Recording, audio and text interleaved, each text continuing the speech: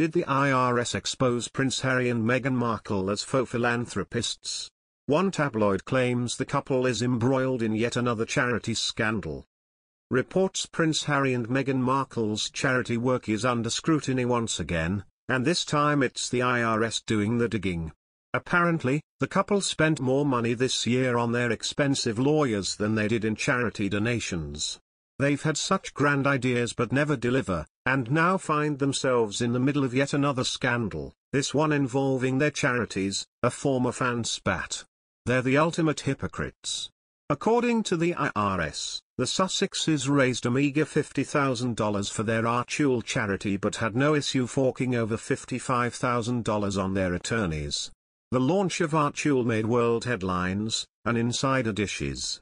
Everyone expected money to pour in, but Harry and Meghan's popularity plummeted after they accused the royal family of racism. People apparently didn't buy into their high and mighty plan to save the world. Even their A-list Hollywood friends backed away. Sussexes labeled narcissists for lackluster charity work. Harry and Meghan are now financially independent and paid for their own flights when they visited England at Easter. Royal officials also said the couple's decision to repay £2.4 million on their Frogmore Cottage home in Windsor was a good deal for taxpayers.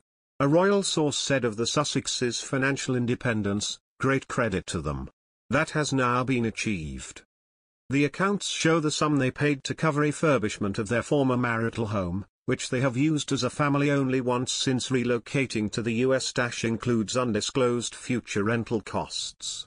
The couple are also funding the general upkeep of their former home, like maintaining the garden, with the taxpayer-funded sovereign grant effectively acting as the landlord, undertaking more major works, such as anything needing doing to the outside of the house. Frogmore, a Grade 2 listed property which is owned by the Crown Estate, was a gift from Harry's grandmother, the Queen.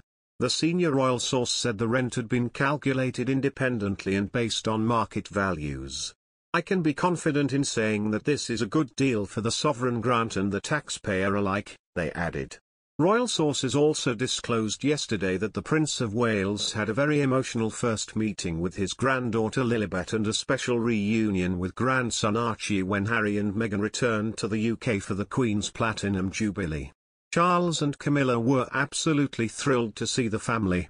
Harry has had a troubled relationship with Charles, telling Oprah Winfrey last year how he felt let down by his father, who he claimed had abandoned him financially, a claim much disputed by well-placed sources.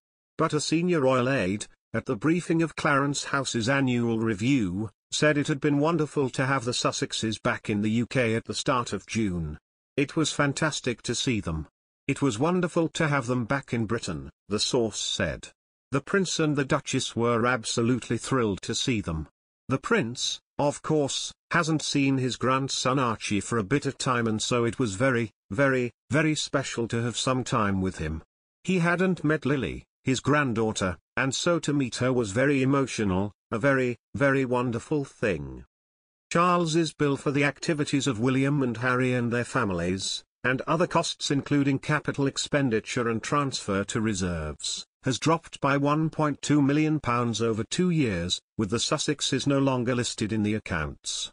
This year's accounts showed the heir to the throne's annual private income from the Duchy of Cornwall had increased by nearly 13% to £23 million, as the duchy's profits rebounded after the pandemic. As heir to the throne, Charles is entitled to the surplus generated by the duchy's vast portfolio of land, buildings and financial investments. Charles spent £3.3 million, £250,000 more than last year, on non-official expenditure for himself and his family, including salary costs of personal staff and the proportion of costs of gardeners and estate workers. His official expenditure on royal duties and charitable work came to £9.2 million. The Prince paid nearly £5.9 million voluntarily in tax.